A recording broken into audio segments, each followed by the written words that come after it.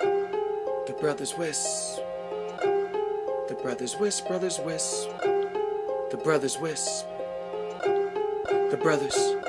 You're now listening to Greg, it's the Brothers Wisp. Let's take a ride through space on this mothership. Wireless network. Hey everybody, it's Tommy with the Brothers Wisp. Starting here, and it's been a long time. I do believe we are episode 178. Yep, 178 should be about the right number. With us today on my left here is Thomas Kirnak. Hello. Hailing all the way from Slovakia.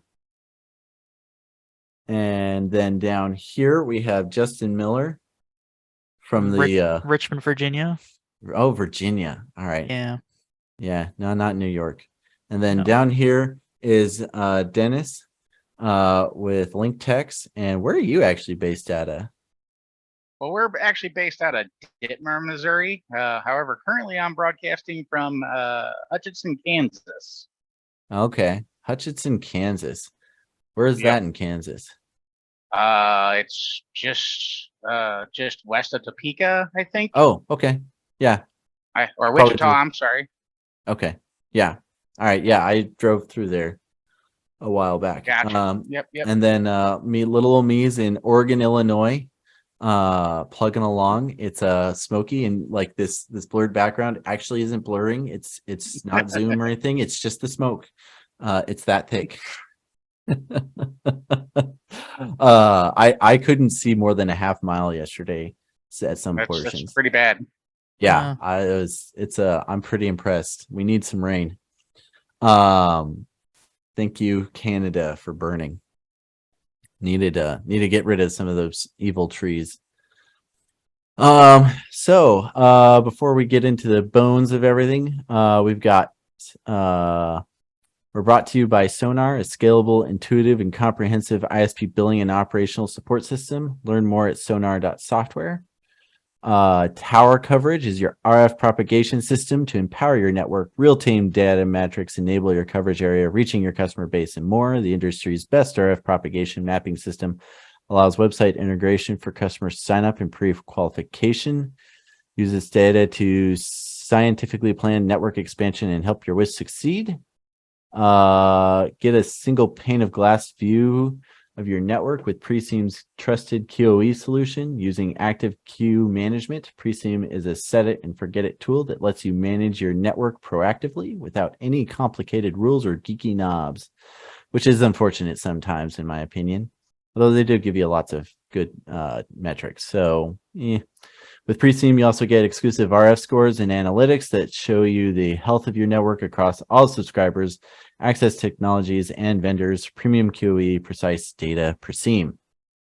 And then also Villo, complete mesh Wi-Fi hardware and remote management solution that empowers WISPs of any size to delight your customers, reduce your operating costs, and grow your business. Designed with input and feedback from the ISP community, Villo is proud to be trusted partner of over 150 ISPs around the world. I guarantee you they have gotten way above that number in recent months by just judging from the posts on Facebook and their community involvement. I think they've definitely taken a page out of RF Elements book and like be really involved in the community, which I think is really good. There was another radio antenna company recently that got a lot of people all pissy about how they were getting kind of obnoxious and trying to knock on other antenna manufacturers. Justin, did you follow any of that hullabaloo? No, I don't get on Facebook too often. Smart man. Smart. Dennis, did you see it? Yeah, I seen part of it. I was otherwise doing other things, so I didn't really follow it too terribly much, but I seen it. Yeah, that was they tried to just come in and by bashing other people, and I was like, you just can't do that, not in this industry, especially for a company that really does like try to treat people well and like show off and be like kind of beloved in the industry. I mean, definitely RF Elements has screwed up a few times, but I think they've done a lot to earn people's trust. And I think by and large, I mean, I don't know many people that can say bad things about their equipment other than you're kind of stuck with 5 gigahertz. It was certainly a great popcorn moment. Yeah. Yeah, definitely changed how Ubiquiti guys built their networks. Oh yeah. It was because it was for us, it was bare radios and antennas. Then we got the shielding from who was it that it was the not Netbox, the switch manufacturer. There was another brand of that guy, the Netonics. The other it was the Netonics, the shielding stuff, the customized shields for the various Ubiquiti antennas. Didn't Brian at Baltic have some shielding stuff for like the Air Max antennas and stuff? I think back in so, the day? probably. A while Yeah. ago. It was a whole thing. There were shieldings for everything, from Ubiquiti through MikroTik through everything. Yeah. So we were really big on that, and then RF Elements came out and kind of hit the scene. And I think actually our first antenna was we bought a horn from those guys down by Florida that have I can't remember their name. Hana? Yeah, Pannels? Hana. Yeah. Yeah. They had this. It was very chintzy, and like you had the connectors on the outside, and we were like, well, this is gonna break in 2 minutes flat. And it did survive actually through a few hailstorms for us. So I was pretty impressed. But then we standardized on RF Elements, and I don't think we'd ever go back. We'd have ever gone back to really anything else.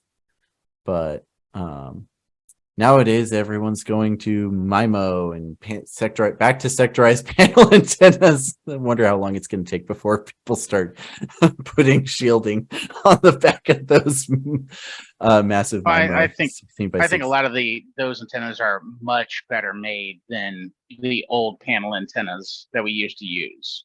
Okay. I mean, they actually have active elements in them, etc. So, it's just a different technology, and because of that, you're going to have a different level of quality of build as well. Yeah, Different issues too, probably. Yeah. Yes. Yeah. Is anyone running any of those massive MIMO radios? Like 8x8 and 16x16 sectors.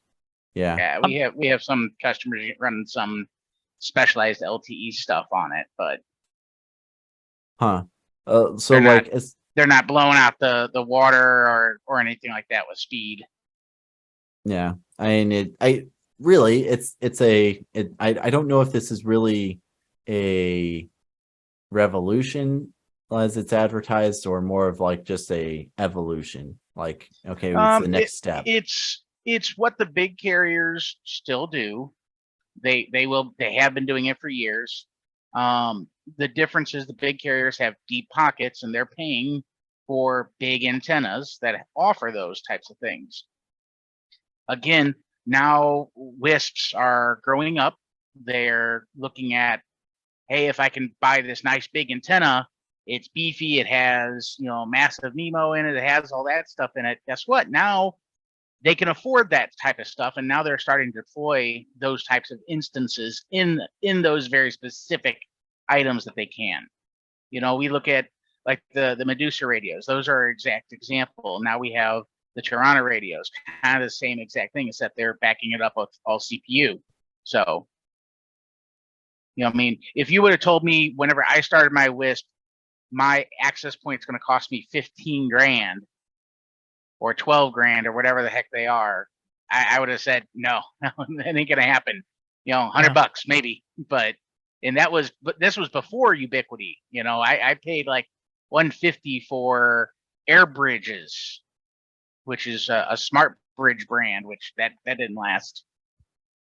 Those were 802.11b. Yeah. Actually, I just pulled a Linksys 54G out of a customer's house. They were complaining of bad Wi-Fi and really slow. And I was like, Gee, I wonder why. Let me change this. Let me change these settings on our modem really quick for you. 802.11 AC. It's good stuff. Let me just change these settings here. Okay, cool. Match the SSID and password. Unplugged it. All right. Let me come back tomorrow and see if the Wi-Fi is better. And like magic, it was amazing. They had no stuttering issues or whatsoever. It was glorious. They could reach over to their bathroom now. I was like, yeah, yeah. You mind if I recycle this for you? We have a program. We'll just take it back. And yeah, it's gonna. I didn't bring it home yet. But I was like, yeah, this is mine now. This belongs in the museum. That's going to your hall of shame. Yeah, I'm gonna post it up on the wall as like I'm gonna mount it like a trophy. I killed this guy. You I'm the really one who think got about it. I mean, when was the thing bought? Probably 15 years ago, 10 years ago. I mean, the dang thing's lasted, so you can't really say it's a piece of work. The one I had, it would do like 6.5 megabit, and that was it. That's all the Ethernet port, the software, and the CPU and it could do. And that was again, that was probably one of the early revs. But I had a 6 meg DSL at the time, so guess what? It didn't matter. Yeah. Those days. Yeah. Definitely a very different world. I remember looking at a schematic sheet for or like it was a like MikroTik schematic, like the block diagram for how the 54G laid out, and I didn't realize it was literally just the CPU chip, and it was one connection, one Ethernet connection over to a 6-port switch that actually understood VLANs, and the WAN port was just a VLAN off of that Ethernet chip, and then the other ports were another VLAN, and everything was just untagged VLANs. I never knew that. And so in one thing that we noticed in MDUs is when people reboot their routers, if they have a router like that, we'll see a bunch of weird addresses hit hotspot or something along those lines, and that's because the switch chip in the router while it's rebooting is just a stupid switch, and so all that traffic gets on the layer 2 switch and just goes right out, hits it, and then once it boots up and configures it, all that stuff goes away. Oh, that's so cool. That's why. So you have to put in a 0.0.0/0 deny at the very bottom of your IP bindings to kill all that stuff, so you never see it, because it would cause problems with people's routers and stuff. Huh. Max number of MAC addresses per port and all kinds of weird issues. So yep. Netronics actually does the same thing. If you have a number of VLANs, upon initial boot up, the switch will come active because the switch is hardware, but until it actually finishes booting, it doesn't know about the VLANs. It has to load that configuration in. So both of them needed to implement a some sort of flash that the switch chip reads when it comes online, and that's its config, and never did that. It basically does that. It just takes time for it to do it. Some manufacturers put in like the first command just cuts all the ports off, and then they load all the config, and then you cut the ports back on. That solved a lot of those kinds of problems. It just depends on the vendor and the manufacturer, how they're handling it. Interesting. So that's really fun. Here's a fun switching one. So I did an install for this pizza place, and the credit card machines all were on like VLAN 104, and it's like, okay, cool, spat them out, and they pulled DHCP. Their old system, everything was just broadcast, and they didn't actually isolate any of the VLANs. They just let the VLANs, everything was trunked to everywhere, and so it just worked out. And it's like, okay, fine. I don't know how the system actually worked, because when the credit card machines came online, they would ask for DHCP, and the DHCP server, they would ask for DHCP on the default VLAN off of untagged, not on the tagged VLAN 104. And Ubiquiti, which we were using there, would just respond with, oh, hey, I know that and we actually hard set inside of the UNIFI controller, hey, this is the IP this is supposed to get.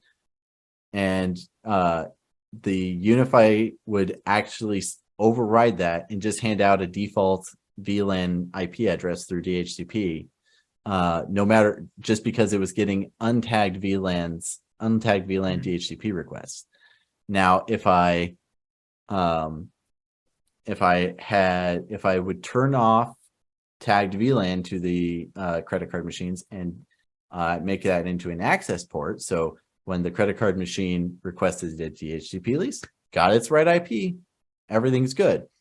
But then the credit card machine would then start trying to talk on VLAN 104, and because the switch was expecting untagged VLANs or untagged traffic for 104, it would just drop traffic from 104 tagged VLAN traffic from the credit card machine. So I would have to turn it into an access port, turn it back into a tagged port every time that they wanted to reboot their credit card machines, which apparently they did, which they weren't supposed to do. And I just said, I'm like, okay, all right, weird.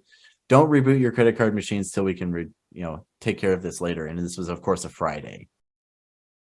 And lo and behold, 4 a.m. in the morning, credit card machines get automatically rebooted, and the credit card machines don't work in the next day. It's like, God, freaking what the hell? And then no one tells me this. I'm like, stop rebooting your shit. Everything works fine as long as it's not rebooted.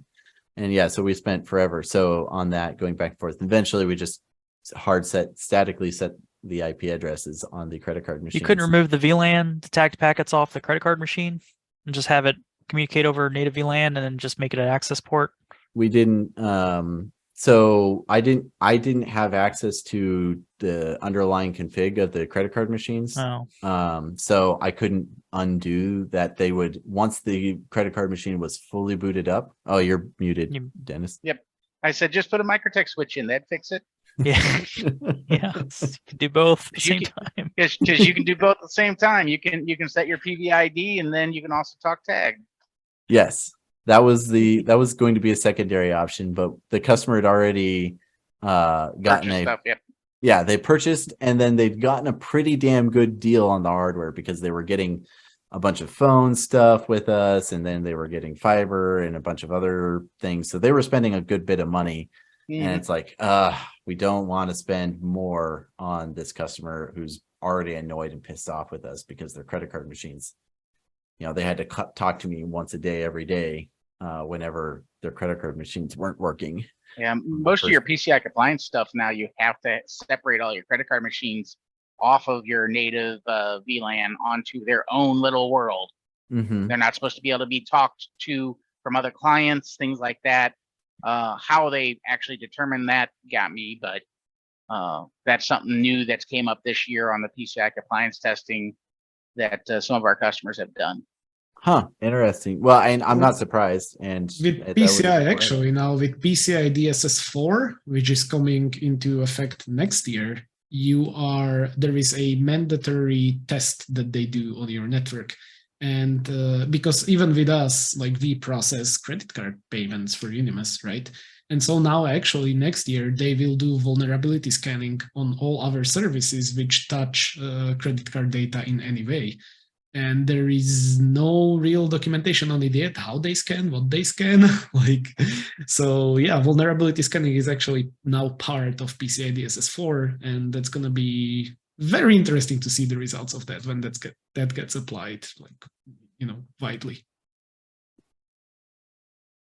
Interesting. So then basically what you can do is say, hey, plug in your thing here, connect it up, and just drop all traffic to and from that port. And hey, if you can't talk to my server, you're not supposed to. I pass. What are you talking about? You just build them a separate switch, separate LAN, separate internet connection. So on that.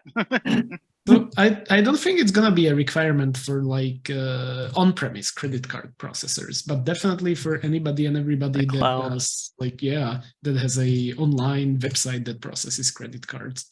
Yeah, that's gonna be vulnerability scan. Go in and make sure your S3 bucket's tagged correctly, so it's not out there in the open. I mean,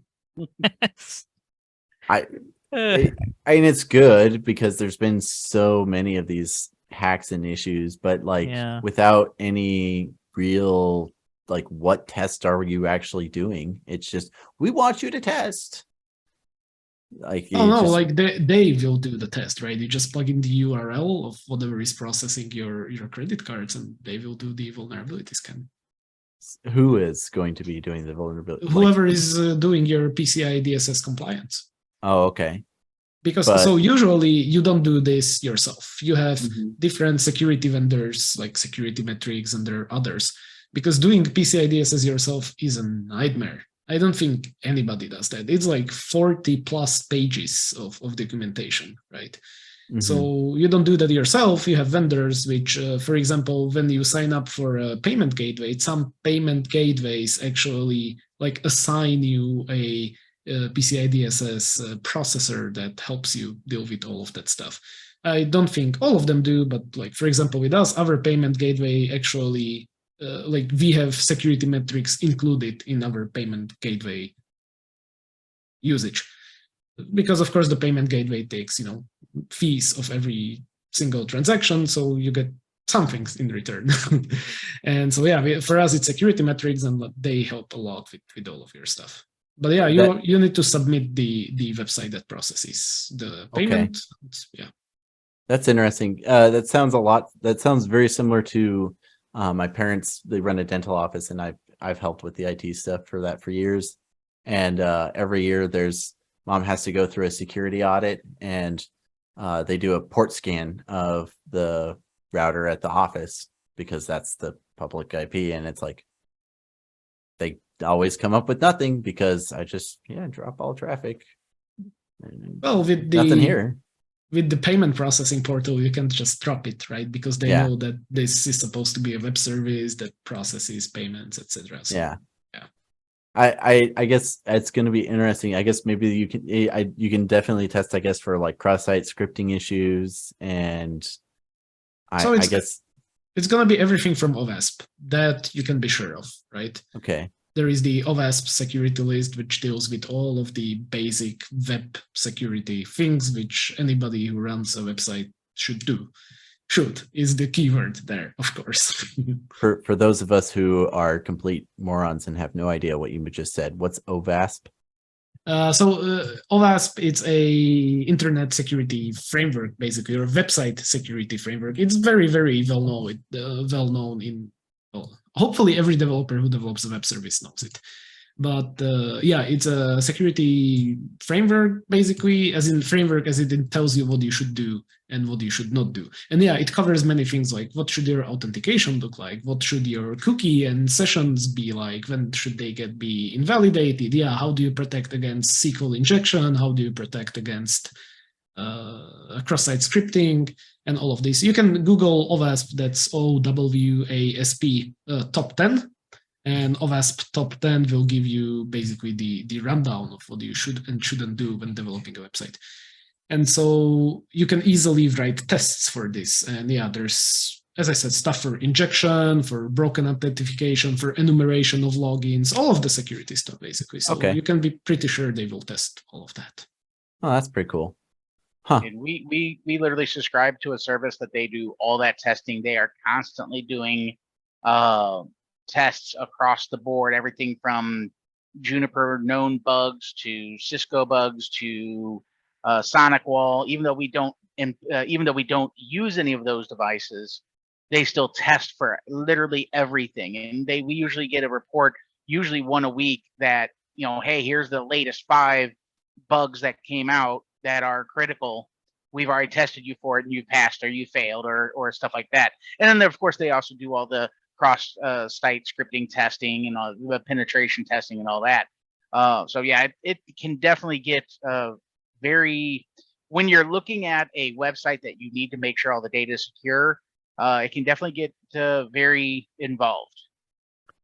So we'll leave it at that.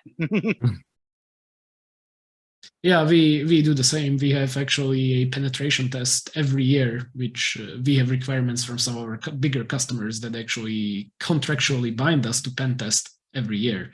So yeah, that's one part of penetration testing of your applications is the OWASP test, just one part of it. So like I guess both of you having to do, Justin, have you ever had to do kind of anything like that? Well, I subscribe to Shadow Server. I think it's Shadow Mhm. Server. When they do scanning of your network, and they'll send you emails when there's ports that are open and stuff, you know. So like someone with remote desktop will show up, or MS SQL, or remote, you know, weird ports. So you'll get emails like that. And I've messed around with IVRE a little bit, which is a self-hosted CVE scanner, vulnerability scanner. It's open source. It's IVRE.rocks. No .com, just Nice. .rocks. So that's pretty cool open source software. But you know, I do some PCI compliance stuff for for WISP when we use WISP, you have to do a questionnaire with, you know, whoever does your credit card processing, and you know, so not a whole lot of, you know, website stuff, web Yeah. facing stuff that we do. So Yeah, it is kind of nice being just the transporter of information instead of the deliverer and handler of information.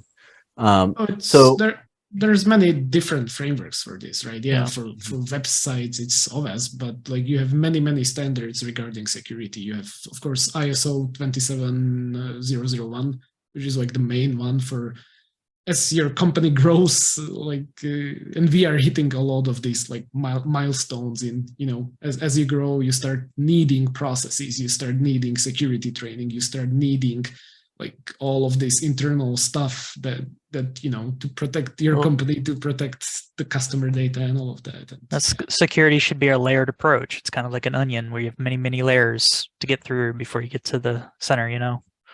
But yeah, so like there's specific things for your infrastructure, there's specific things for your network, for your servers, for your applications, for your, and like all of this you need to navigate. So have in like your testing, have you guys ever been like, oh, hey, there's this giant red flag, and like had to deal with, oh shoot, we got to pass this. What's like, how do we fix this problem right now? So the first one is usually the worst, right? Because the first time you do get penetration tested is when all of the bad stuff goes out. For us, luckily, the first time we got pen tested, there was just a single SQL injection, which could result in XSS, in cross-site scripting, which we fixed within like an hour, and, you know, deployed fixes. And then 2 months after that was found, we publicly announced that, yeah, we had this vulnerability, which has been now fixed for 2 months, etc., etc. It was never really exploited because it was found in an internal pen test. So, yeah.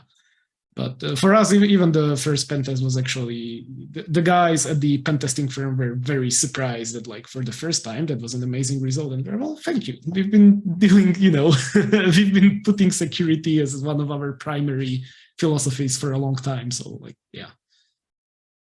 We had I don't know, maybe it was 5 or 6 of them. Some of them were on other products that we host. So it was not our actual services, but it was other products. Now, those other products do have laterals. So in other words, they're either on the same subnet or they're attached to the same router. So they do have laterals. So you need to make sure that they are secure from other infrastructure that is near, even though they're in the same data center. But typically it's something to do with either an outdated version of like NGIX, or sometimes they'll sit there and say, oh, we allow this website. One of the things they go, hey, your webmail is exposed. Are you sure it's supposed to be exposed? The answer is yes, it is exposed because the public needs to use it. So that's just something that they would sit there and say, hey, this is exposed. Are you sure that it actually needs to be?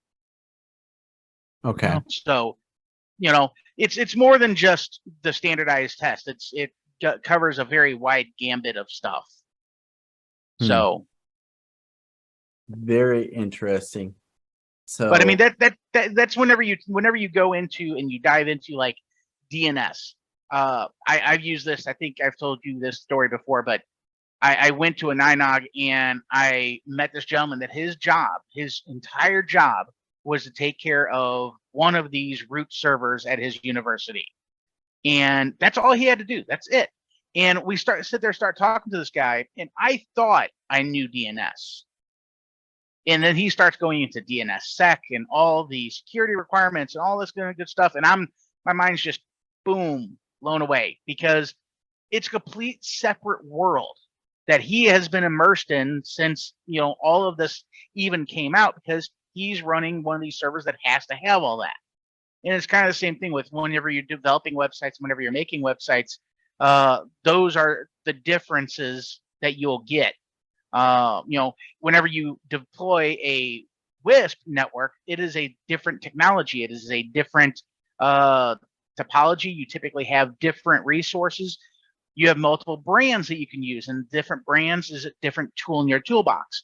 Versus you go into academia and they get money and they're going to spend it no matter what, because guess what? They got it. So it's just, it's a different universe compared to what everybody else is used to whenever you start diving deep into those things. It's like AWS. AWS has certifications, all this kind of good stuff. Do I use AWS? No, it's way too expensive for what we need it for. But we do have to use it in very specific instances. And it's, for me, it's kind of a pain in the butt because I don't know it. There's guys out there that they make a living knowing it. Yeah, it's different, because even as a networking, as a WISP, when you are starting off as a, you know, one guy, two guy shop, sure. But like I said, at a certain scale, you have to implement industry wide. It doesn't matter if you are a WISP or a software shop or a, you know, virtual server hosting shop. Like as I mentioned, ISO 27001. It's like, as soon as you grow to a certain scale, I would say like 20, 25 people and more, you have to implement those internal security controls, those access restrictions, like start dealing with, okay, where is all our data? Where is the customer data? You know, are all of the devices of all our employees? And, you know, at a certain scale, you have non-technical employees. Like, is that all secure? How do we deal with you know, phishing? How do we deal with targeted social campaigns, with random USBs being plugged into our computers? Like all of this that affects really any security company or any technology company. Like at a certain size, you have to start implementing industry standards. There's just no way around it. So, and that's kind of a good portion of security is communication, and how that boils out, and like how do you like tell your people that may or may not be interested in whatever this topic is, you know, how to handle various situations. And that was actually a topic we were talking beforehand, and I was going to bring up. I figure that's a good enough segue point.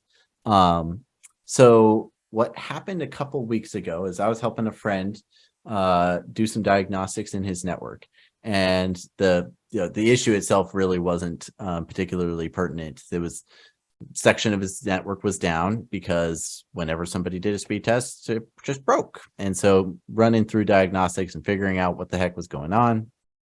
And in the middle of our phone call, it was like 2 hours. His business manager calls him and is like, he pulls him off diagnostics for 10, 15 minutes. And he gets back on and he's really frustrated because the business person is like, what are we supposed to do? Do we, like, these people are calling in, they're saying they're down. How do we, you know, do I send people out? Can you go there and fix it for them? Is there like, what can we do? And he was expressing a huge frustration by like, no, I'm working on it. I know where the problem is. I don't know exactly what it is. It's this string of equipment. But like, and no, I don't have a solution, and sending me out to this person's house is not going to like, there's nothing I can do. I know that the problem's not there. And he was expressing like really a frustration. And I know I personally have encountered that. Like somebody's come back to me, I'm doing diagnostics, I'm working through, I'm trying to like dive into wherever the problem is.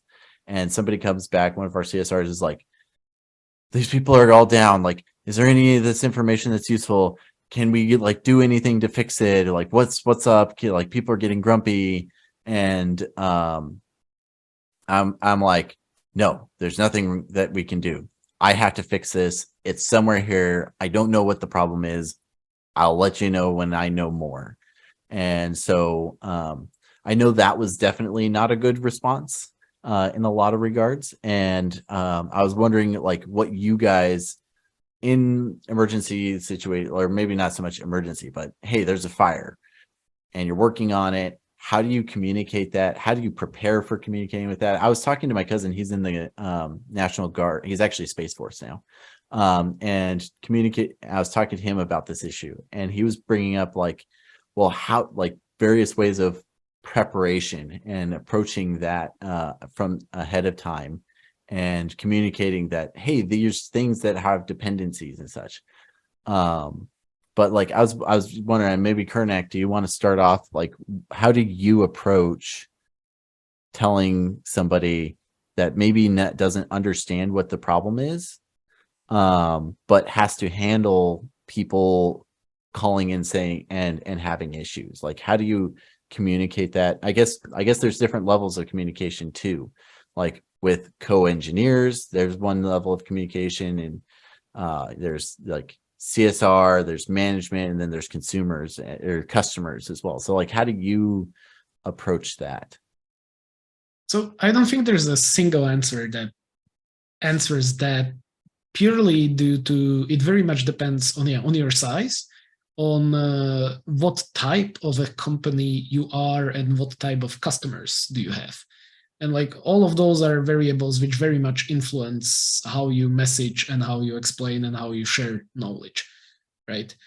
And so yeah, for me, I'm gonna be talking very differently when I'm talking to, for example, with us, like all our customers of Unimas are network engineers, are system administrators. They understand, like, if I tell them, we have a server down and it's not our fault because an external provider has an issue, like, that's all I need to say. Like, we've all been there where, it's down, but it's not my fault and I cannot do anything about that. Like, yeah, so that's a couple of sentences that pretty much every one of my customers would understand in that hypothetical, right? But if that customer is completely non-technical, person, that they will not understand that, yeah, it's your system and it's down, like, why can't you fix it, right? So you have to message very differently. And but it really is the same even within the company. And like, again, it comes down to scale. At a certain point, not everybody in your company will be technical, even if you are a WISP. And the business people need to understand the technical stuff, or at least should understand it to a level enough that they can speak with an engineer, not in a technical speak, but even they need to understand how engineers work and how problems are solved. And if they don't, then you need to start establishing and actually putting down processes on paper. Like, yeah, what is our response plan? What is our disaster recovery plan? Like, if things happen, then how do we approach them? And if this is not, like, you can try it a few times. If it doesn't work organically, then you have no other choice other than to implement processes and document how things are done. And like, so what we've been doing with this a lot as well over the last half a year, I would say. Like, we've actually had to sit down and document a lot of processes within our company. Simply, again, it's just due to scale. When you have, so again, I can talk specifically about software, right? When you are releasing a new version of a software, yeah, it was easy when it was 3 guys who all sit in a single office and code together, and everybody knows what the software is like and what's happening with the other guys, and a release is an easy thing. But when it's a company of 25 people and you need to involve marketing, you suddenly have 3 development teams who, you cannot, you don't have the space to talk to everyone, all of the developers, and understand what they're doing all of the time and how that affects the product. How do you even write a changelog when you don't know what's being done to the software, right? And then if you don't know what's being done to the software and can write the changelog, how do you message that to the customers? How do you prepare marketing materials? Like, all of this. And the only answer there is, like, at some point you need to have a process on paper, and you need to have one owner, one responsible person of that process who makes sure that process gets done. And each involved party in that process needs to know what their roles and responsibilities are and what they should do. And that broad description fits very well into disaster recovery plans as well, right?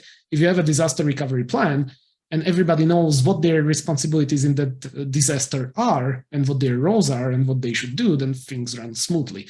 So yeah, at a certain scale, we just need to document and have a process for things. And like, at least I haven't found a better way yet. Justin, what has been kind of your, or Dennis saying, do you feel like Justin to go? I would probably try to use an analogy on the phone with the person. You know, if I'm the mechanic working on your car, I can sit here and chat with you about it, or I could get back to fixing your car. You know, that's usually the way I would go about trying to explain situations where, you know, if I am crucial to fixing the problem, I need to be working on the problem. And talking to you is, you know, not really going to get it fixed any faster. So it's also probably not the best way of putting it, but I think the mechanic analogy works pretty well sometimes. Yeah. But in that case, you should have other people who talk to the customer and keep them involved. Oh, I haven't talked to a customer in a long time, actually. Yeah, I mean, in our company, we definitely have those processes and procedures down. If something is down that I need to be involved with, that I need to be actively working on, there's actually two people, one person backs up the other, that I would go to and say, hey, I know this is down, I'm working on it, etc. We're well aware of the issue, we're working on it. And then that person will then either email all the parties if it's an internal issue, if it's a external facing issue, you know, they'll involve the marketing department, which will then make Facebook posts and inform everybody that, hey, yes, we are aware that this is not working correctly, we're working on it actively, etc. But that's exactly what Thomas just said. You have to have that chain of command, you have to have that list, and everybody needs to know what they're supposed to do in this event. And in this particular case, or in your particular case, the simplest thing would have been, yes, he's being contacted by, you know, his wife. He should have basically said, yes, I understand. Everybody beyond this is going to have issues until this is resolved. I'm going to get back to resolving it. Tell everybody that, yes, we are aware of it, and we'll continue to fix it as quickly as possible. That, yes, does it bring out some frustration that, yes, he has to answer the phone? The answer is yes. But in all honesty, that's part of his job as well, is answering that phone to give the information to the support team so that they can then disseminate. Yeah. And I was talking to my cousin, and he was saying it's all about communicating well and having a chain of, yeah, like what Thomas was saying is, and like, okay, whose roles are what, and then beforehand having an understanding of dependency. Like, there are things that break, and communicating what we know is broken and what's below that and who's going to be affected. And when, like, towards the end of where I was working at my last job, we actually really had a pretty good system down. Like, hey, this is down, these people are going to be down. Our CSR would like have a Facebook post going almost immediately, phone calls, she'd be like, yep, we know you're down, our guys are working on it, we're, you know, if we're sending somebody out, they're on their way, they should be there in X amount of time, you know, with a generator to get stuff run, where we know it's a power issue and such. And so, like, communicating what we understand of what the problem is, who's going to be affected, like important customers in particular, like, hey, this customer is down and is an important customer on this link, they're going to be contacted, we need to, if nothing else, we need to contact them and let them know, we apologize that it's down, we're working on it, this is our understanding of how long it's going to be down and such, and working that out. And we had really good, like, as soon as I saw something, I tell them, and my boss, he'd be working on it, I would be the guy to communicate and be and what is the actual issues. When phones were ringing, eventually I was like, I have to be working on this. I stopped answering the phone calls, but like techs I would have that we hired techs, and then like that was their job, and my job was to communicate and be like, anything of particular technical information that you find is useful, pass that along to me. But otherwise, filter it out. Like, don't tell me this person's down. If I've already told you this tower's down, don't tell me somebody on this tower's down. I don't care. I know it's down and we're working on that. But if somebody is on this tower and on another tower that I haven't told you is down, like, okay, now there's a problem, and this, whatever the problem is has actually expanded. That's information that is valuable. And so Your filtering that down. NMS doesn't have dependencies, so you make your clients dependent on the tower. So if the tower's down, you don't get the alerts for the tenants. By and large, so I was mainly just like giving out examples as far as what that was, because NetXMX was pretty good at notifying me of, hey, all this shit's broken. It's down, buddy. You're SOL. Your day, you were not going home early today. Yeah, to provide like some concrete things that people could do, I see two main like things that if you don't have, or if you want to improve your customer communication, you should have. And so one of those is good communication tools. So yeah, I have something which can send out mass text messages to a whole bunch of phone numbers and have those phone numbers for your customers. And number two, yeah, have monitoring. So you need to know like what is affected by outage, what is the impact that it has, and on who does this impact apply, because it's much better to be proactive than reactive. Like if you have monitoring tools and if they tell you this part of the network is down, and oh, this is the 50 customers that are affected, and you can with a few clicks send a text message to these 50 customers, yeah, we have detected an outage on your part of the network which is affecting you, we are working on it. You have eliminated proactively potentially up to 50 phone calls.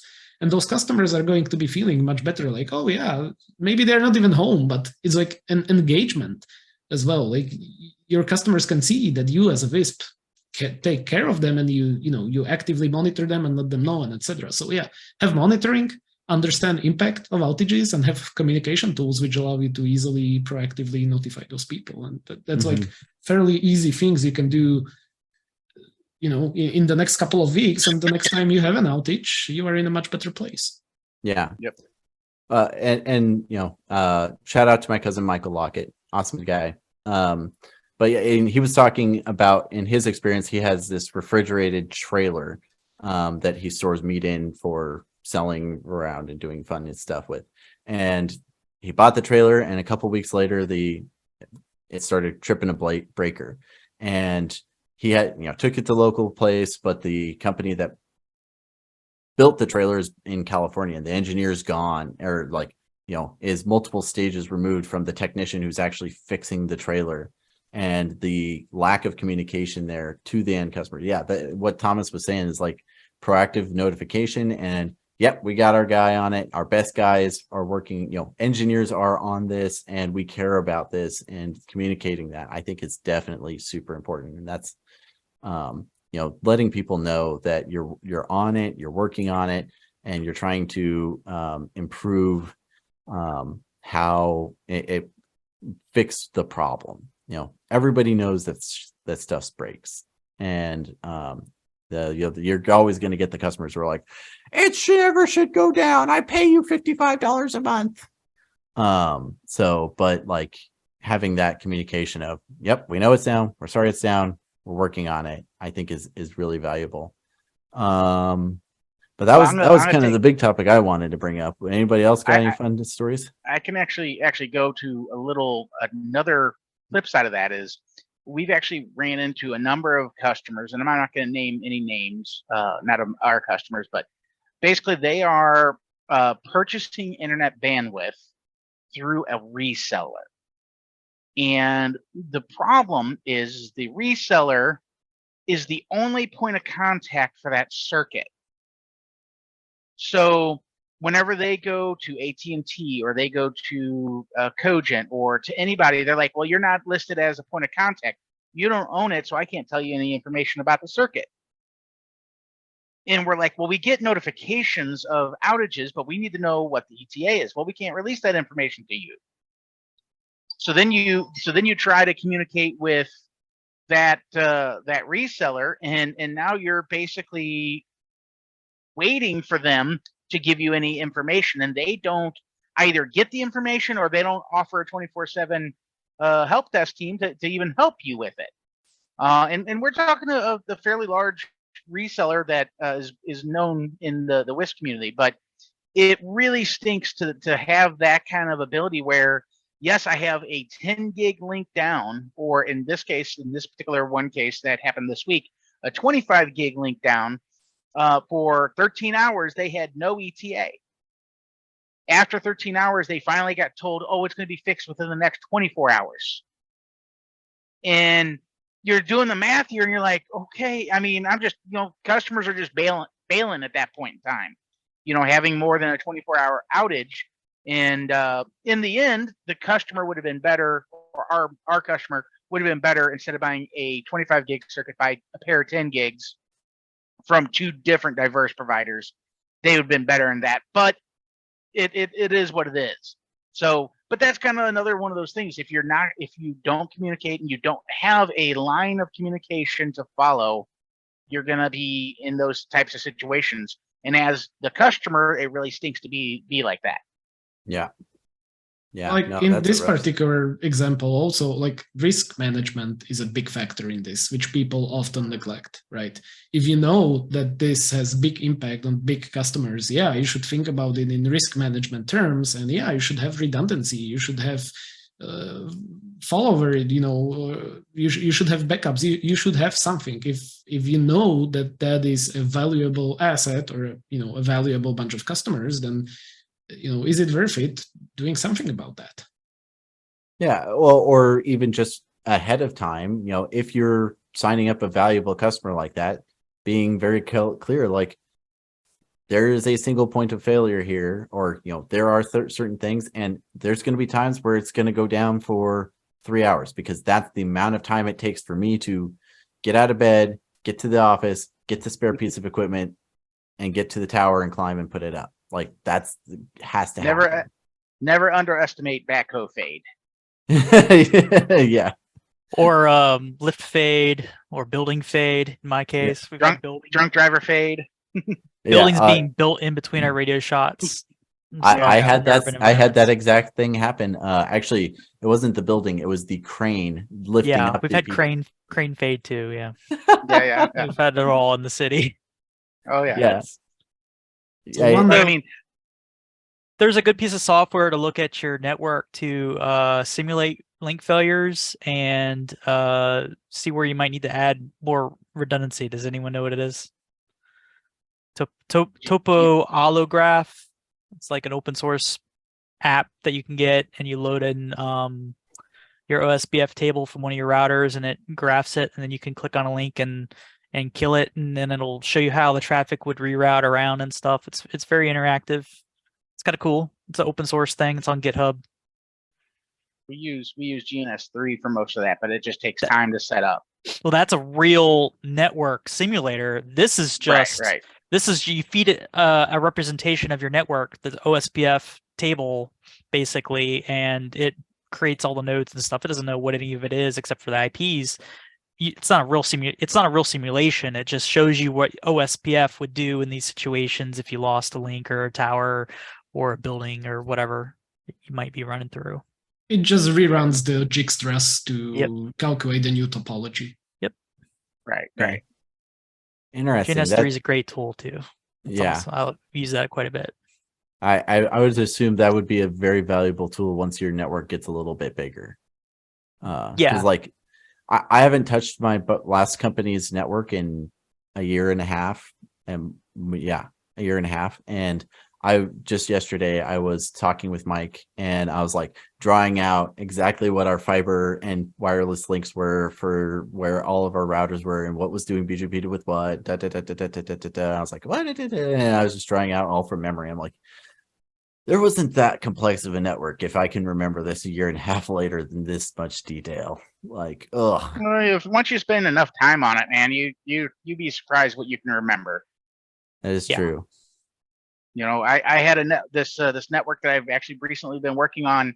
I worked on the original network 12 years ago. That then the owners started fighting. One of the owners got kicked out, lawsuits, went into receivership. It got sold to another company. That other company sold 2 parts of it to 2 other companies. One of the other companies was a new company. Then that company got sold off into this network that I have now.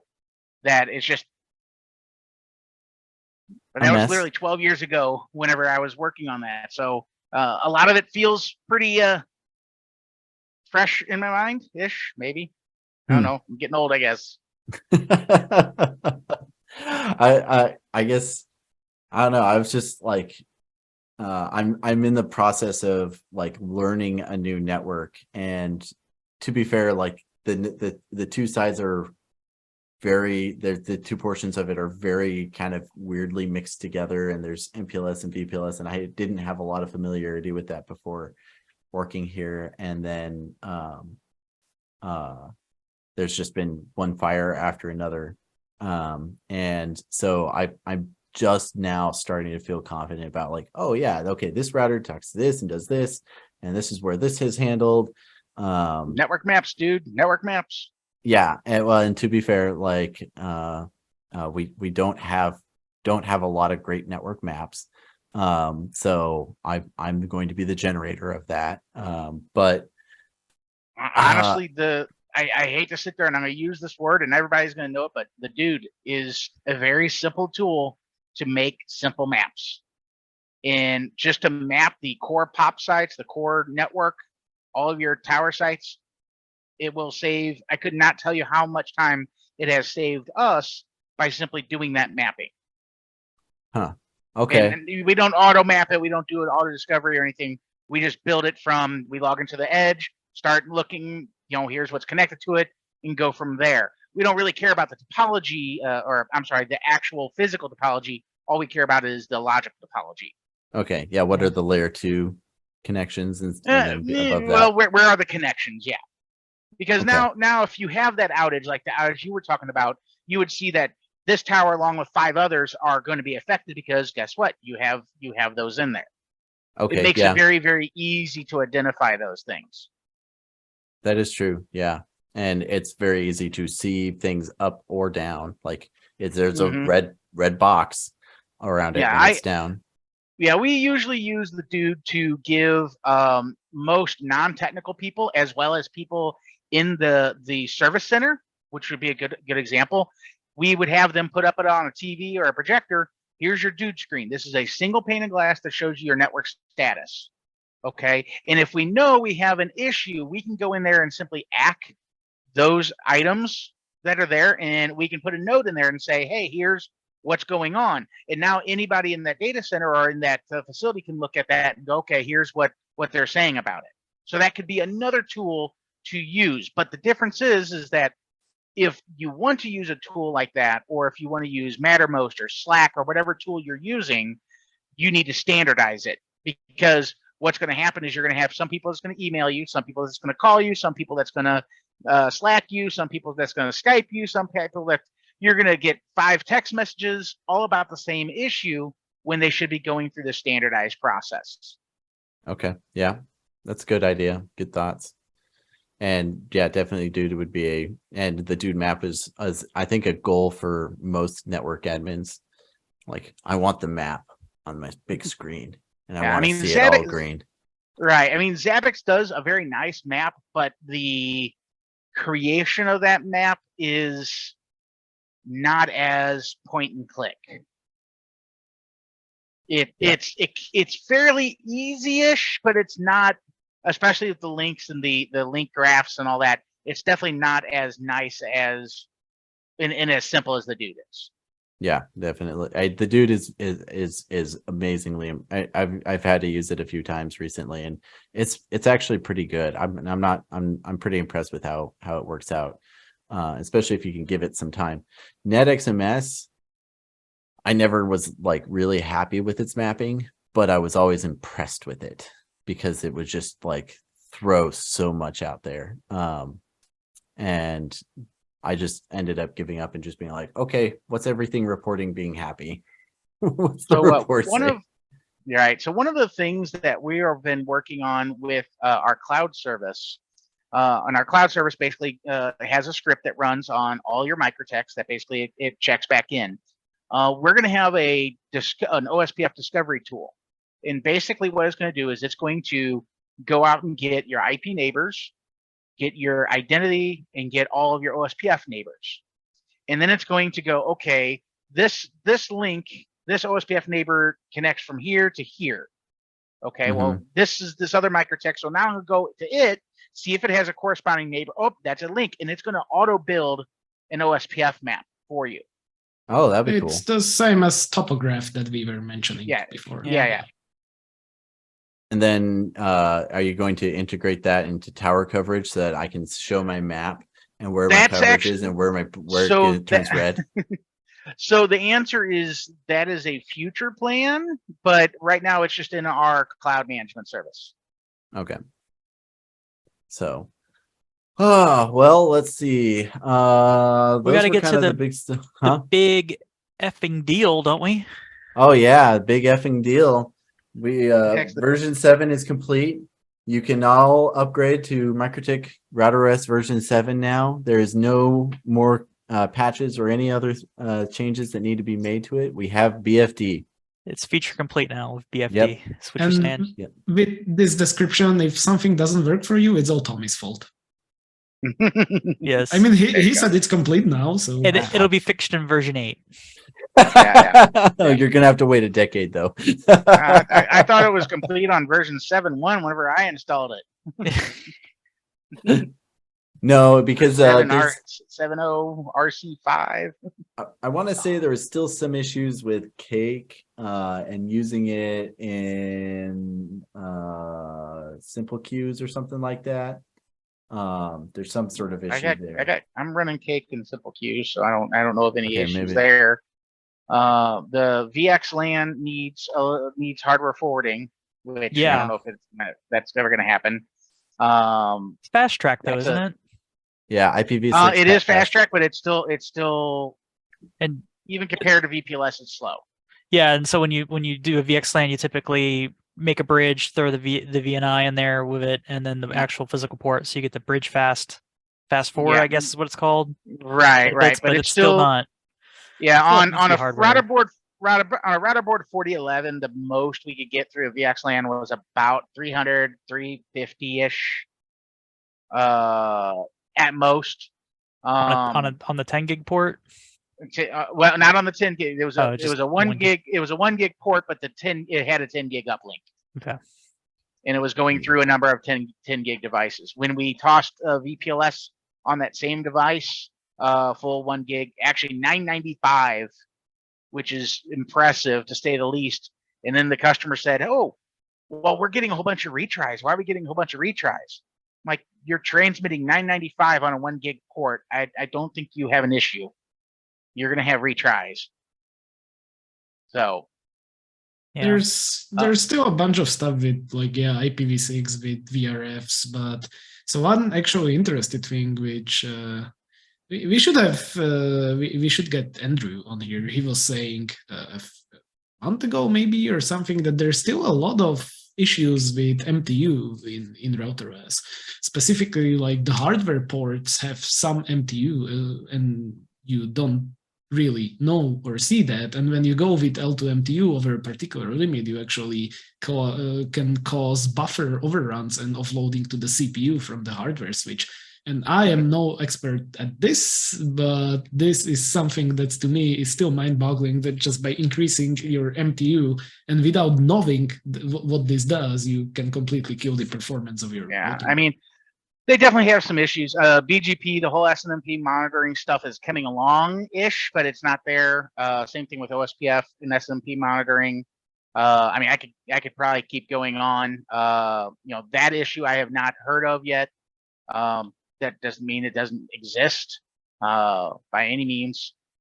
We just deal with different customers. We do have on the large 300 series switches, if you have more than 2,000-ish VLANs-ish, somewhere in there, by you disabling a port and re-enabling it, all traffic can stop on the entire switch for up to 38 seconds.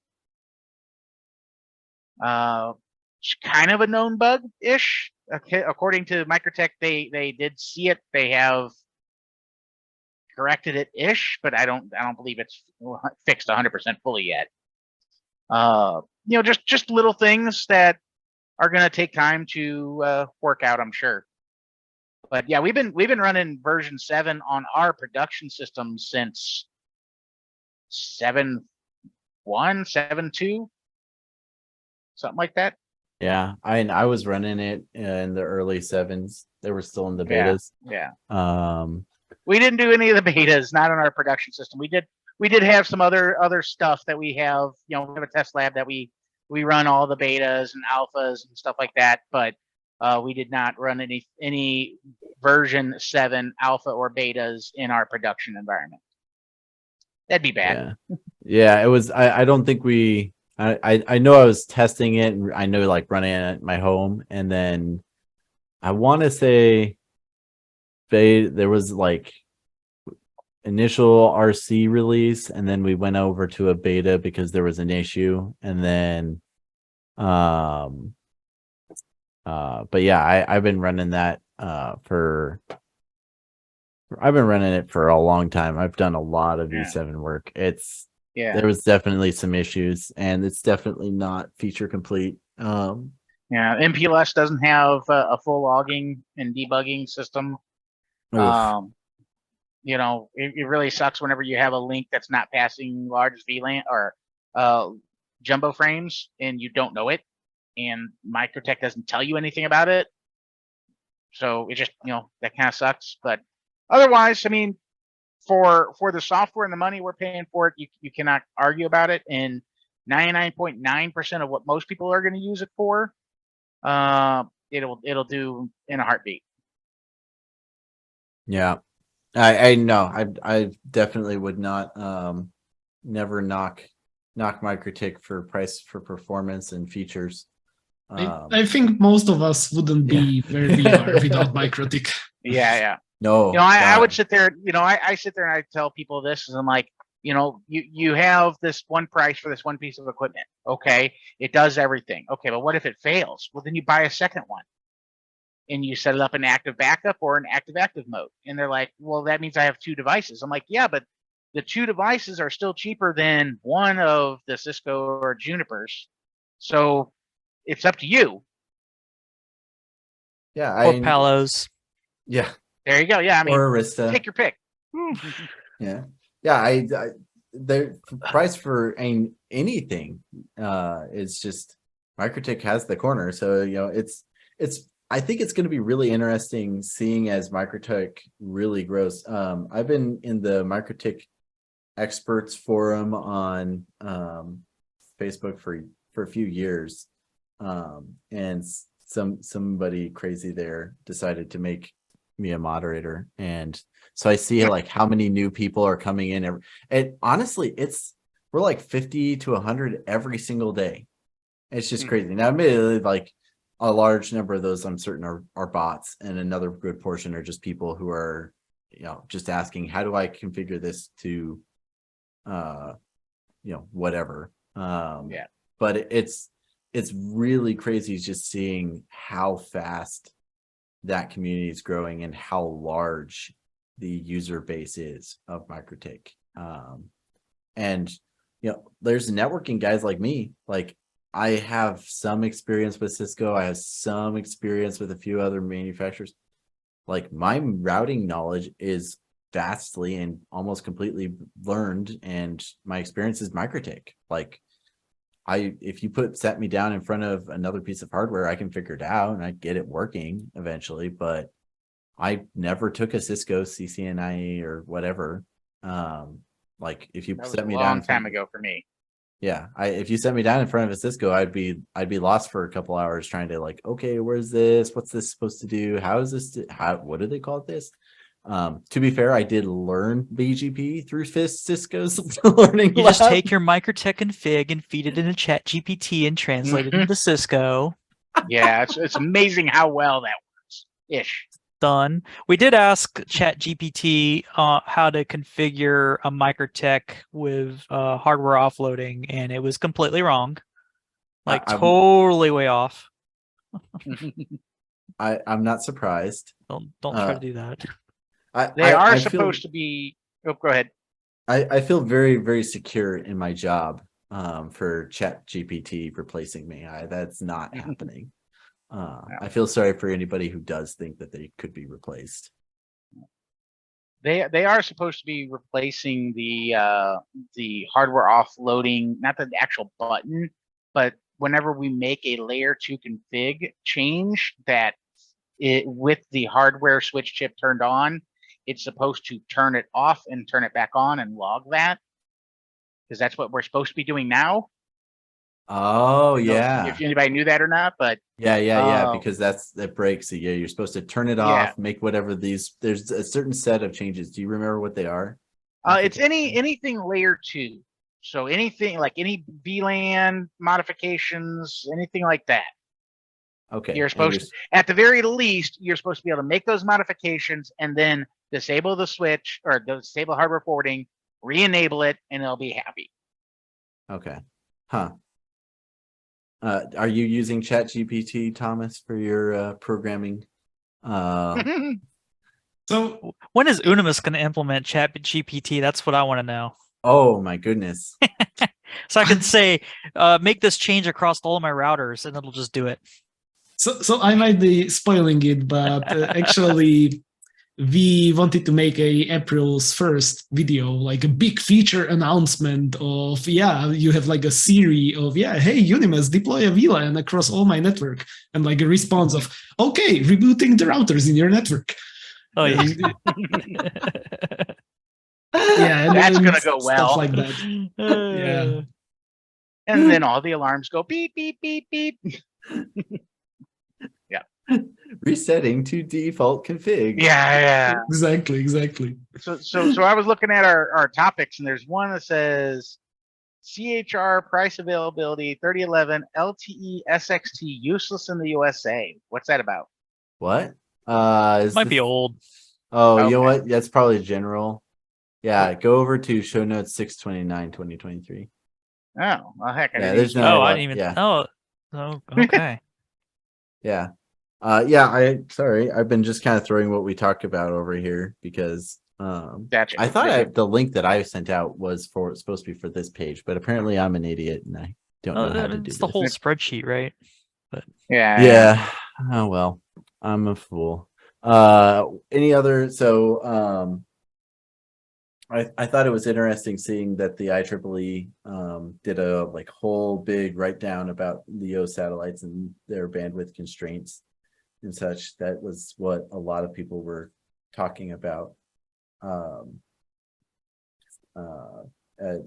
couple of years ago when Starlink was coming out. And so we're seeing is what was predicted, and so it's not the end of the world unless you don't have any bandwidth already, in which case then and you're super rural.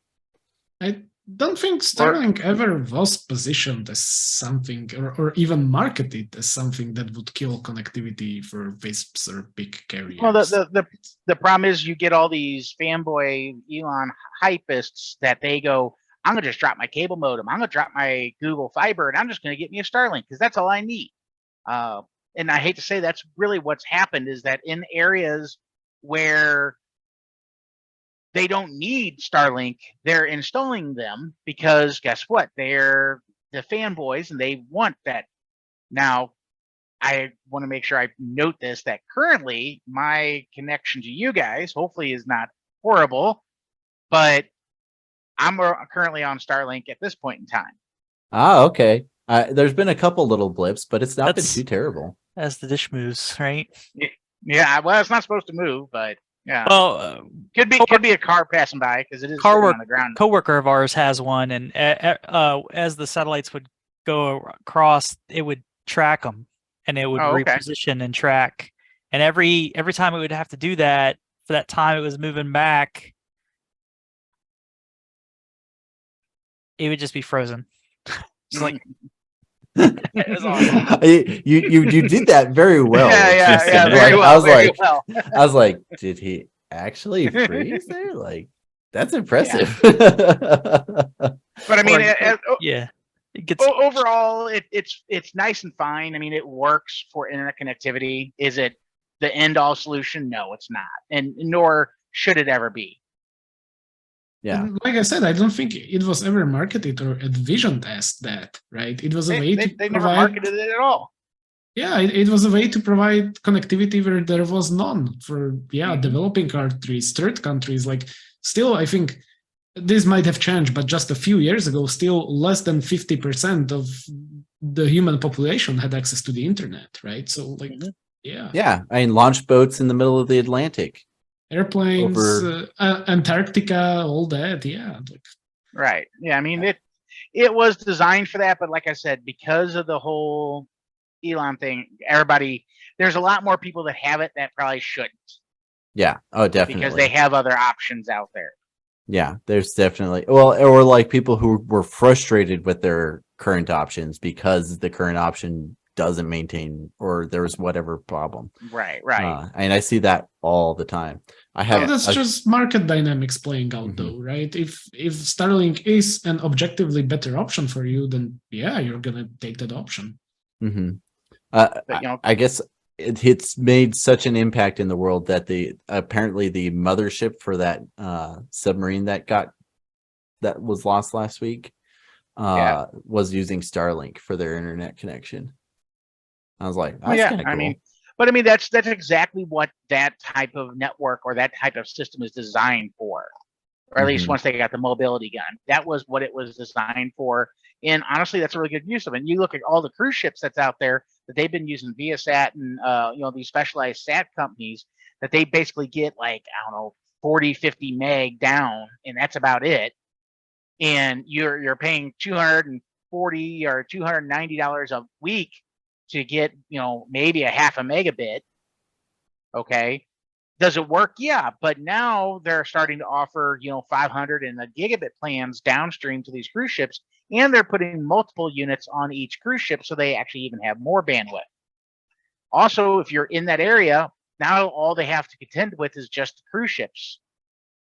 So, that's what it was designed for. That's what it should be used for. But like whenever I take mine back home to St. Louis or to Dittmer, basically I'm going to try to put it back into what they call residential priority mode. But now they've taken away the ability to just add portability. So I can either go full portable or residential. So I had to take my residential service, which has priority, move it to portable, which does not have priority. When I get it back where it's going to sit there for most of the year, I'm going to have to basically sit there and keep trying to see if I can get a slot in my area for my residential service. Interesting. So, yeah. I mean, keep in mind, normally I use my WISP. We have a local WISP that we use. That's our primary connection anyway. But, it's always nice to have backups. Oh, yeah. As far as a backup connection goes, it's kind of dreamy because you drop it in, you have connectivity, you can take it with you wherever you go. I can't knock it as far as that, the portability wise, like that's so cool. Yeah. So, I mean, the reason why I picked out that one line in there, the SXT LTE, is basically useless in the US. I'm using a SXT LTE 6 US kit. Currently, I get about 60 meg out of it. So I have both cellular connection in my RV and Starlink. It works out. And this is one of those things that whenever you get people that, they sit there and say, hey, I'm trying to work from home. Well, where's your backup connection? I mean, if your business, if your livelihood depends on your internet connection, then I would probably get a backup one instead of just depending on one, especially if it costs $29.95. Yeah, I think that is a huge market that a lot of us are like, maybe like should totally capitalize on. Like, hey, put up Facebook ads, say, do you work from home? Then you need backup internet. We've got a plan for you. And because I mean, those connections are never going to get used unless the customer is a Comcast customer. Then you're going to get pretty heavy usage. Maybe you should bump up their costs a little bit higher, but You make it to where whenever they start using it, then they start incurring costs. Oh, okay, that's actually interesting. Or hey, it's $10 a month after you paid for the hardware. It's $10 a month to leave the circuit on. When you use it, once you go over XYZ number of gigs, we're going to charge you our full rate, which is $89 for that month. We charge full rate for backup circuits because from our perspective, we still have to have that capacity on our network and still maintain that link and still do everything that needs to happen, regardless of whether or not what your intended purpose for that link is. It doesn't matter to us. It's a backup link. Great. Cool. Hope you never have to use it, but it's going to be the same price. You still have to plan for it. Yeah, you still have to plan for it. You still have to, it's like whenever, what was it, CenturyLink had that nationwide outage. Do you realize how many circuits that were not on CenturyLink? They had Cogent, they had Hurricane, and they had, all these other links. How many circuits were immediately flooded because all of these CenturyLink links were down? That's a good point. We actually had to deal with about 10 customers that had that exact issue. Just this past week, there was a major fiber cut here in town. 48 cables all got cut all at once. Multiple strands with each cable, like 100 count, whatever it was, carrier cables. So like it was probably in some Verizon ductwork or something downtown that someone with one of the circular saws cutting concrete went right into and just cut them all because we got, we saw circuits from businesses go down that were on Comcast and Verizon. We saw some Segra stuff go down, some Lumen stuff go down. So very small regional outage, but it was a lot of different carriers. It was complete. If you don't have physical diversity, then what's the point? Yeah. That's very hard to know and to verify, with a lot of carriers because they could have an RU with someone and you don't know it, and it could be collapsed on a certain path that you don't know about unless you get the full maps from everyone. It could be incredibly difficult to know what you got and where it is. Yep. So. We had a customer with a 10 gig link. Their first hop was 74 milliseconds. And we're like, why do you have 74 milliseconds on your first hop? And this link was supposed to go from El Paso to Dallas. Well, we called them up and they're like, well, we see the circuit's up. It's working fine. Yeah, but it's 72 milliseconds. Why is it 72 milliseconds? And they're like, well, we can have our IP optical carrier team look at it. So I'm like, yeah, I'll have them. So they got back with me the next day. They're like, oh yeah, you were on the backup path that routed you all the way up through like Minnesota or some crap like that. And so we went ahead and flipped you back onto your normal path. And now we're at 4 milliseconds, like we should. And I'm like, no alarms was raised because of that. Nothing in there. This was a CenturyLink company anyway. Imagine that.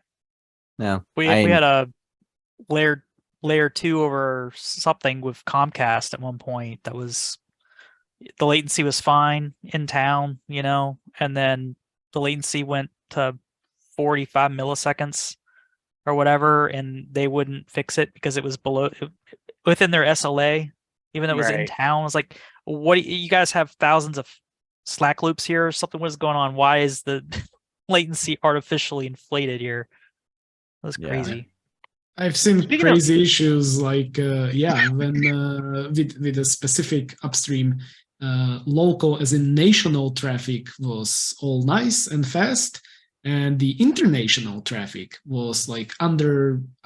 So we were paying for a gig, and the international traffic was 100 megs literally. And like we were explaining to them that, national traffic, we do the speed test within Slovakia, it's a gig, all good, but we do a speed test to France or Germany and we draw down to 100 meg. And they were not willing to even like concede, you do a speed test, it's 1 gig, it's 1 gig. Like, come on, it's not that simple, right? Yeah. And yeah, so when we found out ourselves that they're routing outside of Slovakia, outside of the main peering center in Slovakia, the peering center in Slovakia, there is only one exchange here, and the exchange then peers with Vienna, and from Vienna it goes everywhere else. And they had an issue between like the Slovakian exchange and the Vienna exchange, the VIX. And like, yeah, again, like, how do you guys not notice this? You are dropping the whole of Slovakia into a single, 100 megabit port. Like, is this, is this, are you sure you want to be doing this? Not a lot of redundancy. Yeah. Speaking of Well, which, it was up, just very slow. yeah. Here in the United States, we actually have a company called Spectrum, and it's a major cable provider. And they recently announced through several different methods that they are not going to be carrying any WISP traffic.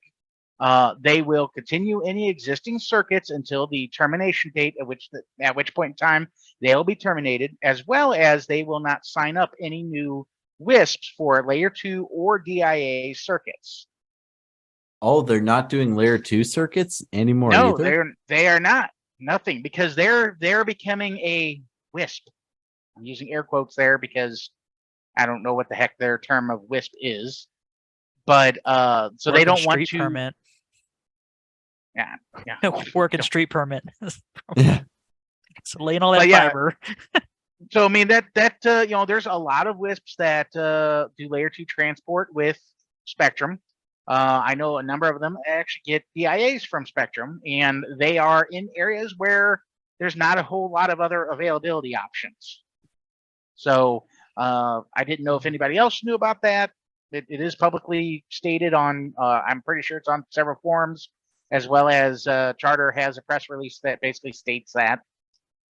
Yeah, So no, I'd heard that they were that some people had been getting that report, and then I remember several people being like, "Well, my rep just said that wasn't what he heard," and I my understanding was it was another false herring, red herring, but I mean, that's no, that they're not.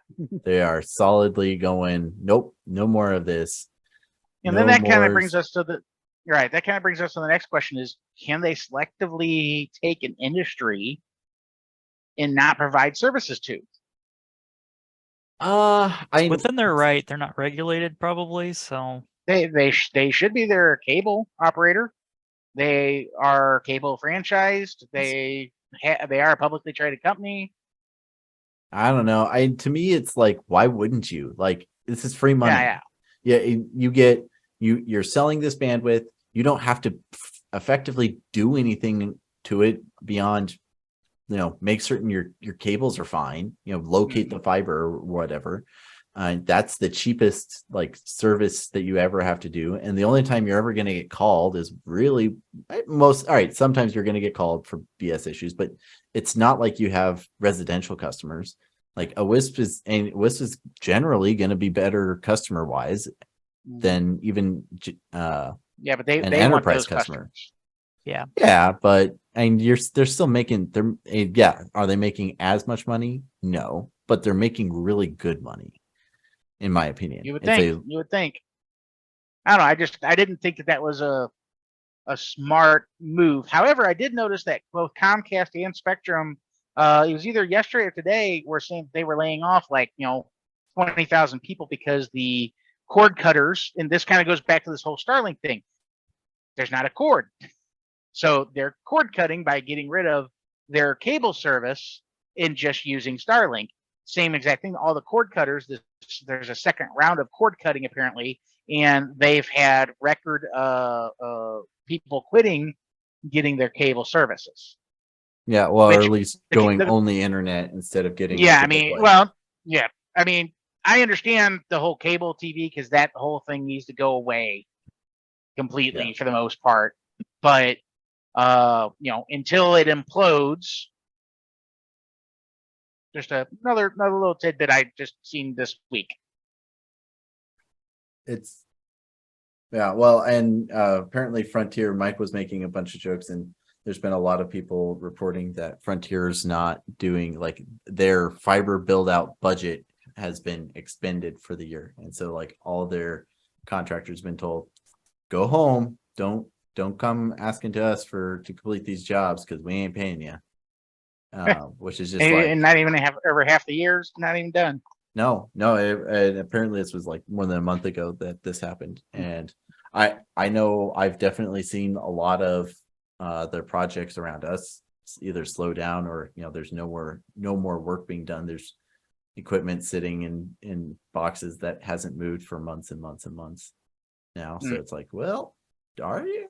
I mean, the nature of fiber projects in my universe is, it's hurry up and wait. And then when you and then it's wait and wait, then it's hurry up and get it done right now because the one thing is ready and everyone else has been screaming about it for months. When we got our fiber at our office, it took AT&T like 4 months.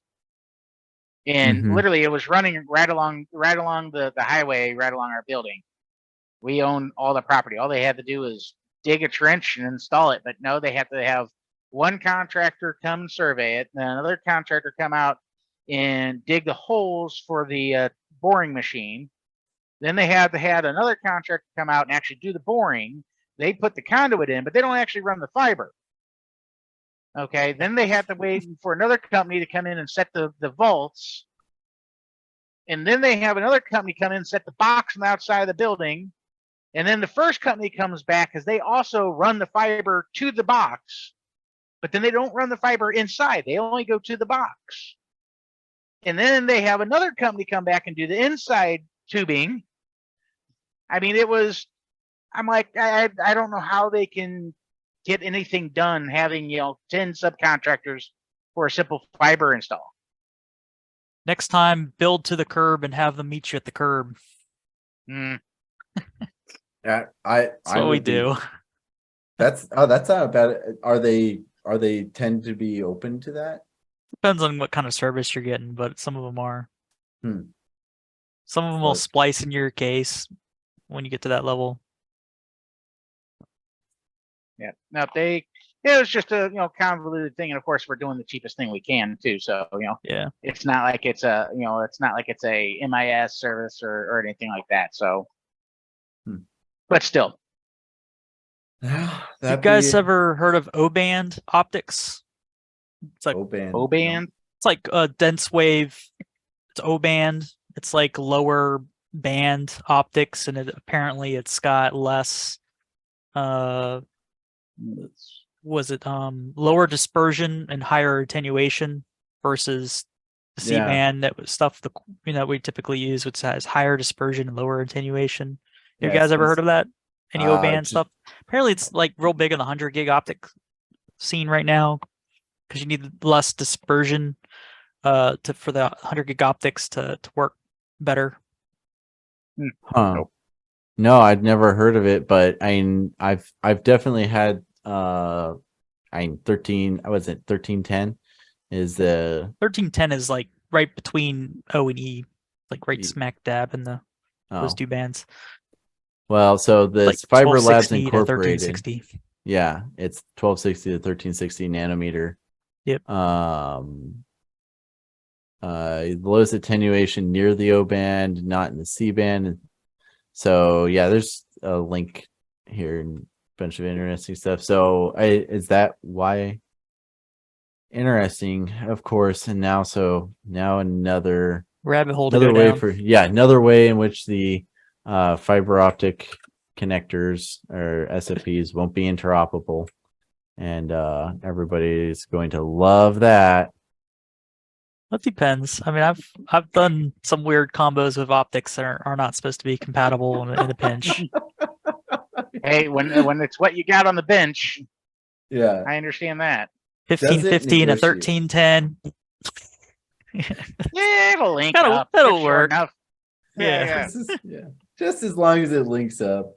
I've attenuated cables with just wrapping it around in a pencil. Yeah, right there. Like hold it there. Make it a little tight. Cool. Leave it there. Here's some tape, and we'll take care of that on Monday. Because that's not. Well, of course, you're always doing the fiber install on Friday. Oh yeah, no, never ever on a middle of the week. Fiber is the only day. Friday is the only day to do fiber. Yeah. It's Fiber Friday. Come on. We have lots of customers with standing orders. Don't do anything on Mondays and don't do anything on Fridays. Yeah.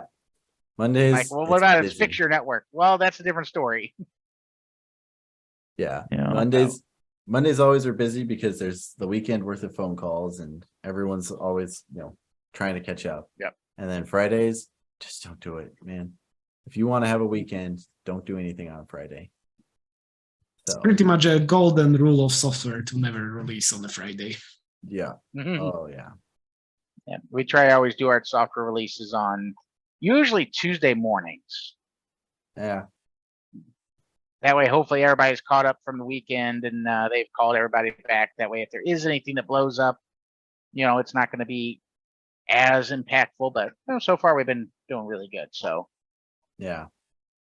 No, this somebody convinced me to do an upgrade on a router tomorrow morning, and I'm like, no, all right, fine, we can do it. And then he was like, well, could we do another router as well? Like, we could just wake up a little bit earlier. I'm like, I'm going to be on the phone at 4 o'clock in the morning, dude. No, I'm not going to do this. Well, this is one of the reasons why we always we have a 2-hour minimum for our scheduled calls, is because they're like, oh, it's only going to take 10 minutes. Well, the problem is that we don't want our engineers to get up at 4 a.m. just to upgrade one router. We want them to actually make sure everything's working. We want everything to be working fine. As soon as we hang up, they're going to call back and say there's a problem, and now they're not going to be able to get anybody. So hence why we always sit there and say it's a minimum of 2 hours. Yeah. That's we're going to do the work and we'll make certain everything's happy. And then I'm going to be busy because I'm just, even if I'm going back to bed. I can't go back to bed. I wake up, I do something like Harry like that and get the adrenaline running. I'm not going back to sleep. Ugh, I don't know how you do that. It just kills me. So. Well, we try not to do that because of those types of reasons. Also keep in mind, we also have, our engineers, they're very good guys, but they're still a guy and they still have to have, their downtime and their family time. And unless it's a network down emergency, we really try not to have them work on, the evenings and weekends, because guess what? They have a life too. And I know that does not mean a whole lot to a lot of people, but for a lot of people it does. So it usually works out. Yeah, I had to miss out on a game of softball because network was burning on Saturday. So it sucks. I understand that. Yeah. Every time I go anywhere, any trip, WISPA, whatever, stuff happens. Literally, the network caught actually on fire once too. Literally on fire. Building was on fire. So I'm trying to remember what the hotel was that had the you make a ride at the horse's ass. It was before the Rio in Vegas. At any which rate, I walked into the morning breakfast and I see one of our good customers sitting over there just tapping away at his keyboard feverishly. And I'm like, dude, is everything okay? He goes, no. One of my guys decided to inject the entire BGP table into OSPF. I go, so let me guess, you're rebooting everything. He goes, if I can get into it.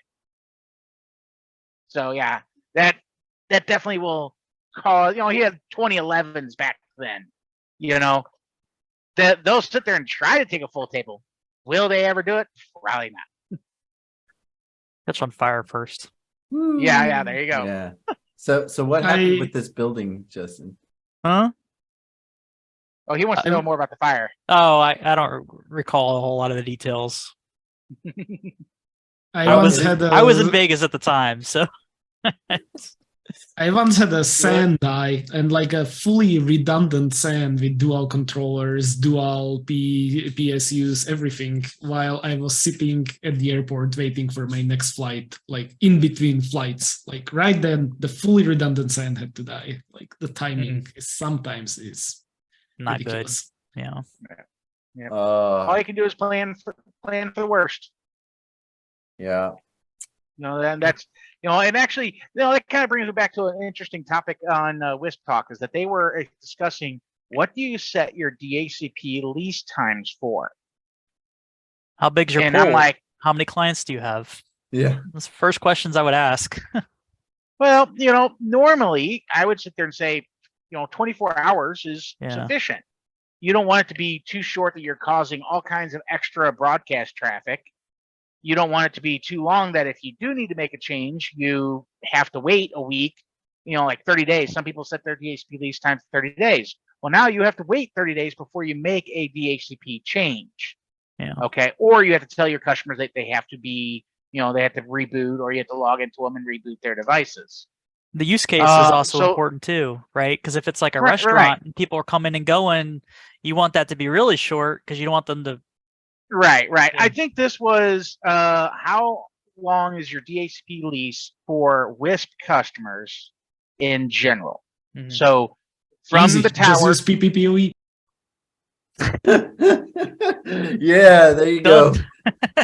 Problem solved. Sorry, I Yeah. just had to jump in there with that. yeah, I would agree with that too. But the community had basically said that they really standardized on 10 minutes, and I'm like, what do you need to change that quick? And one guy said, well, what if your DNS goes down? Your DNS should be fault tolerant. You should have 2 boxes with load balancers, etc. Well, I don't have that. Well, then that's your problem. Fix your problem, not another bug that you're trying to fix something with another technology that you shouldn't be trying to fix. Yeah. You can run bind in HA. You have failover clusters and Proxmox. There's lots of options to keep a DNS server up and running. Yeah. Oh, So yeah. in other words, so then my question still goes back to is, once that is fixed, what do you need to change all of your customers' DHCP info for within 10 minutes? I can see. I don't know. A day seems long to me because, okay, hey, something shows up. We need to make a change. Well, okay, now you have minimum of 12 hours before everyone, because DHCP by and large is supposed to renew at the halfway mark for your lease time. So if it's 10 minutes, you have to wait. You should only have to wait 5 minutes before everybody's updated. 30 days, like, 15 days. But It's like with DNS though, right? And I mean, when you are hosting the DNS for a service, as in actual the TTL of a DNS record, right? Yeah, sure. I think most of us run TTL for our DNS in minutes. And like, how often do you update your DNS? Not really often, but when you do update it, you want that update to be, as soon in the world as possible. So like, even with us, all our production DNS is run on 5 minutes. Do they need to? No, but when I want to make a change, I know that change will be pretty much immediate. yeah, and that's kind of my philosophy on that side, especially if you're in obviously, like what people were saying too is like, all right, longer times when you're just going to be fine, and then if it's going to be shorter, if you're going to make a change, stage it down for your change window. But then you're like stuck, to me, like even at 30 days, like you're stuck at, okay, any major change to your infrastructure has to be more than 2 weeks out. And it's like, yeah, okay, there's has to be planning and such, and that's a good idea, but okay, what happens? There's also other when backup. something- There's also other things you can do though. Because if you control the CPEs, it should be easy enough to reboot all the CPEs. That should cause an immediate DHCP request. If they're running their own router, by their router interface going down, by the CPE going down, that should cause immediate DHCP request as well. Should, not always. I'm not saying it will all the time, but it should. You're also causing an outage. You Yeah. can also just renew or release the DHCP and it'll grab a new one, or do the renew command. Yeah, you can have the Or if customer it's a do DNS, renewal. you used to be able to just NAT the DNS too.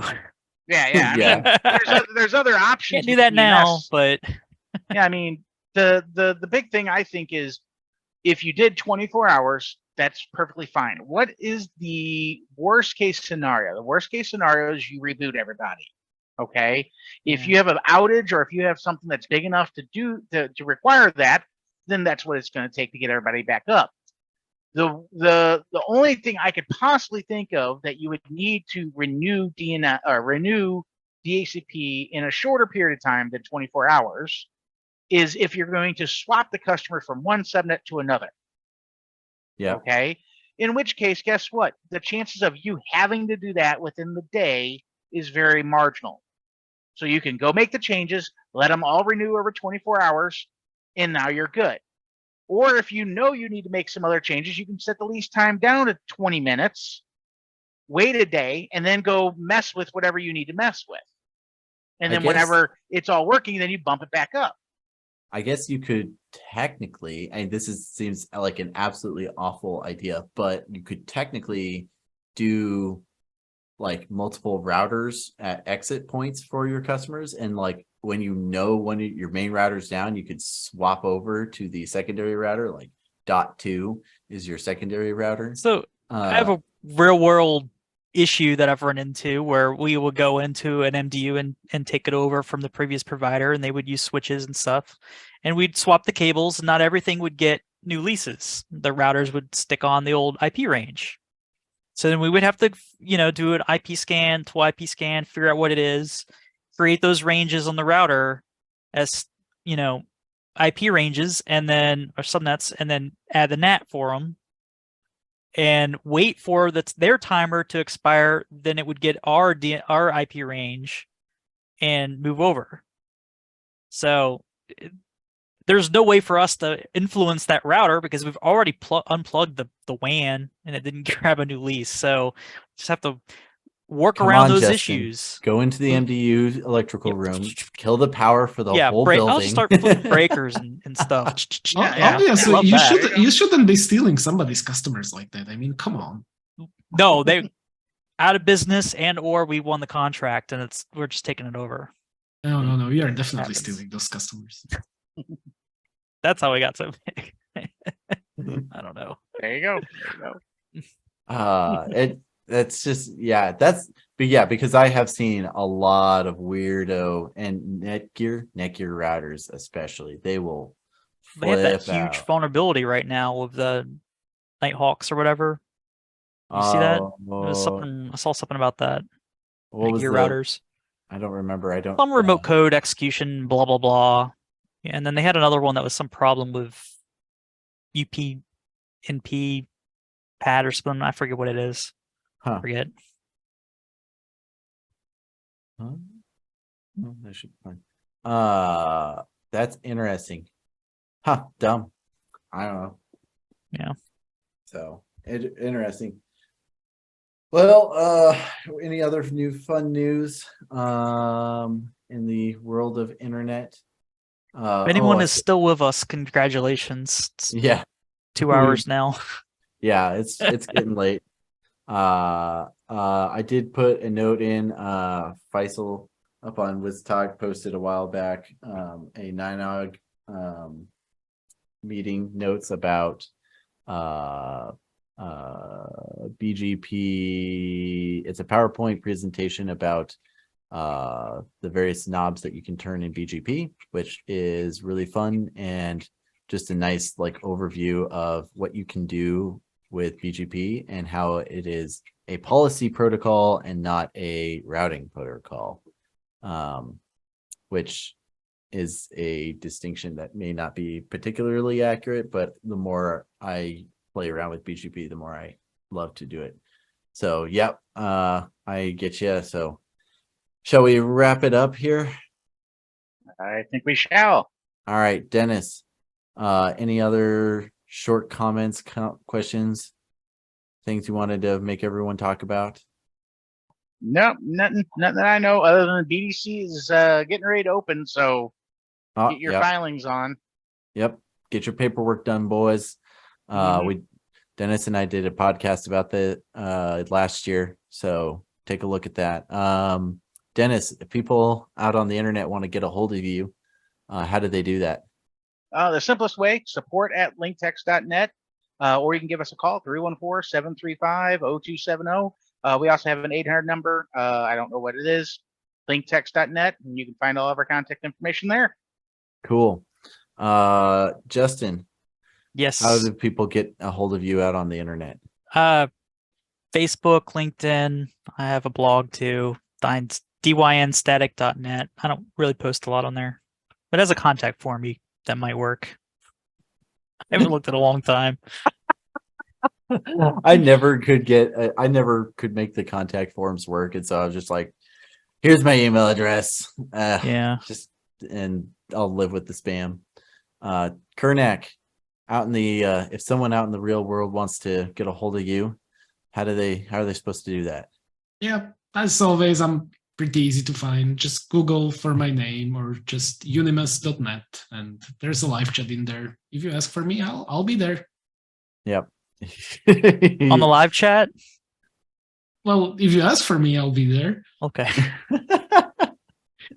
In other words, everybody ask for him. Yeah. In about 4 hours from now, whenever he's sleeping. I am on all the troll forums on Facebook. I love it there. I thrive there. Occasionally I am on the Mimosa forums these days, not so much as I used to be. Apparently I am on the Microtik Discord now. I don't know how I got there or what poor choices.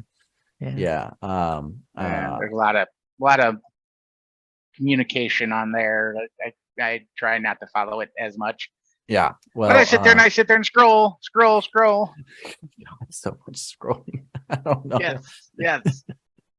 What So, Facebook users do too. They Yeah. scroll. Yeah. So I'm there now. You can find my website, lostcreek.tech. It's awful. It's horrible. There's still useful info there. And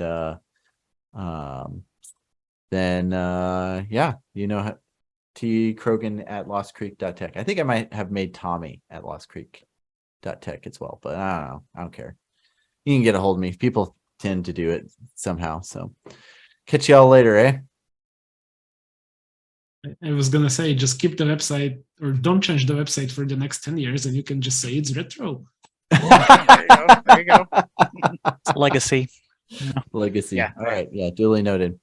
All right, you guys, take care. Peace out. See you guys. Sit back and start learning. Lighten up the tower so people can start searching. Shooting up the web in neighborhoods, net surfing. We got horrible jokes, we're loud and annoying, but we're informative facts, we're not disappointing. Just give us a listen, cause fun is the mission. I'm telling you, you don't know what you are missing. Ideas and some good comedy given. If you missed the show already, don't worry, you're forgiven.